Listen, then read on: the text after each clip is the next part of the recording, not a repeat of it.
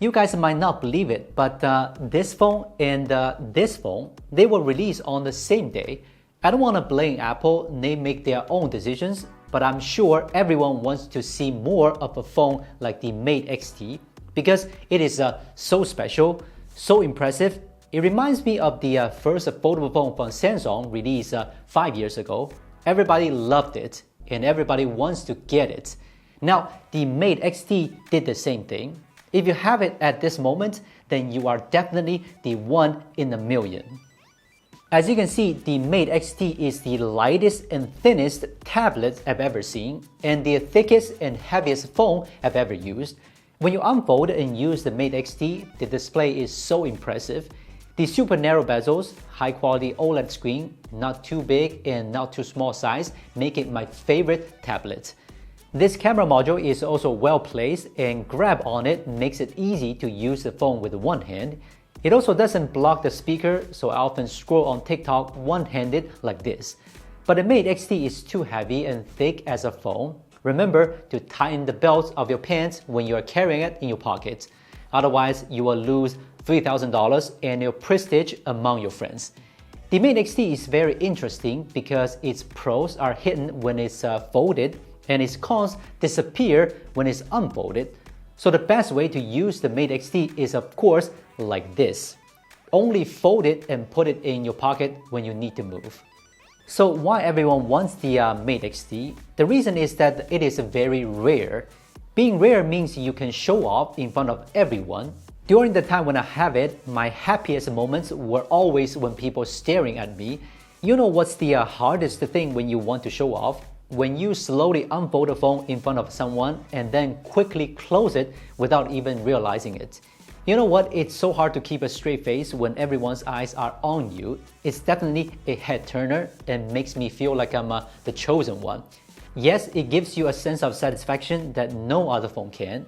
I think the Mate X-T users should experience this often in the coming year. Okay, let's come back and talk about the phone itself. The Mate X-T's screen is ordinary but surprisingly good. When it's folded, it doesn't have a high resolution nor a high refresh rate or brightness. It supports LTPO but only down to 60 Hz. Does not sound quite good, right?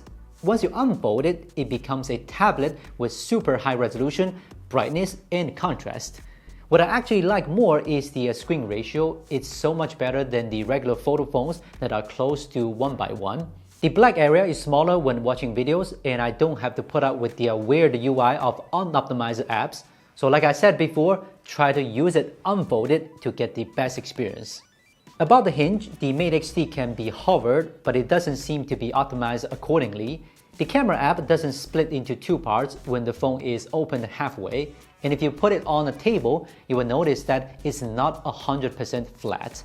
After all, there are two hinges, which makes sense to me. One thing to keep in mind is to never fold it the wrong way, or the tri-fold phone will become a tri-pieces phone.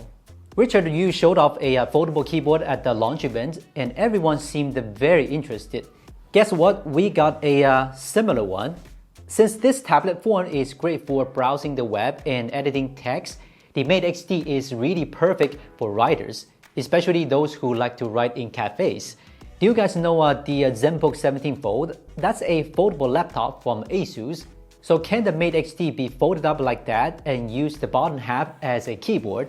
The lower half of it does work as a keyboard, but due to the center of gravity and the camera bulge, it doesn't get laid out on a table. So the keyboard is something you will have to get for yourself. The Mate X-T's camera is arguably way ahead of tablet's crappy camera. The main camera, ultra-wide camera, and telephoto camera are all top-notch. Getting a good photo day or night is easy as pie. Some people may have questions. No other cameras between the 1x main camera and the 5.5x telephoto. Does it mean that the clarity of the photos taken in this range will be low? Huawei of course know about this problem, so they solved it in the best way they know, AI enhancement. Can you believe that these are all the photos you get by cropping the main camera? How come the picture quality is still so good? The answer is the power of AI. While most of the time the optical ones are just going to be better than the AI ones, the optics don't always win though. I mean, Huawei's AI algorithms are the best I've ever seen, and clarity is not something you need to worry about. What you really need to worry about is elsewhere, such as the macro mode. We were able to take macro photos with the telephoto camera on the PUR70 Ultra, but not the Mate XT. While the ultra-wide camera can also take nice macro shots, I'd still like to see the macro shooting capability added to the telephoto cameras. The Mate XT's processor hasn't been updated, it's still a Kirin 9010. The scores are similar to the Mate 60 Pro and PUR70 Ultra. To make up for the performance, Huawei has used a frame interpolation on some popular games. So you can see at the beginning of the run in Genshin Impact, it's capable of getting 60 FPS, but because it's so thin and the screen resolution and rendering resolution become higher when unfolded, the frame rate drops as a matter of fact. If you fold it, you are able to get higher frame rates for games, but then why would you buy this phone? Overall, because of this big screen, the Mate XT is great for playing less intense games. As for big 3D games, you might check out other tablets. The charging curve is here for your reference. A full charge in 1 hour isn't slow, but it's not fast either. 66 watt of wired charging isn't a surprise, but 50 watt of wireless charging is. I'm glad they didn't take wireless charging away in such a thin body. After all, I do use wireless charging a lot. I didn't test the Mate XT by the same standards as before because it wouldn't be fair to it by either phone or tablet standards.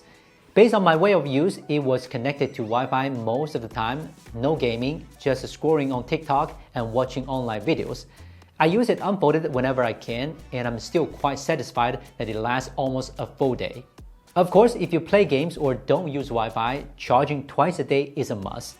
All in all, it's going to have a longer battery life than we thought, but not a surprisingly long one. You guys must think that Huawei has designed a brand new system for the Mate XT, don't you? But sadly, it doesn't. Things like a split screen and window hover are the same as Huawei's tablets. Similarly, when closed, it's the same as a regular phone. I was going to introduce you to some new stuff as well, like wow, this new feature is freaking awesome. But Huawei don't give me that chance. Thinking another way though, being able to transplant all the well-optimized software from different devices to the Mate XT, making a feature-rich, stable, and smooth has already been remarkable. Mate XT is the pinnacle of Huawei. No one can make this a tri-fold phone except Huawei. They once made a Mate XS, the foldable phone with the flexible screen on the outside. They also make the normal foldable phones and tablets. It's the combination of the hardware and software of all these devices. Then we have a phone like the Mate XT. I'm glad to see that even though Huawei has grown so big, they don't realize phones that look exactly the same every year. It's these special phones that make me and make us so excited. I'm pretty sure this is my dream phone in 2024. So how about you? Is this your dream phone? Leave your comment down below. I'm Will from China, and I'll see you in the next video.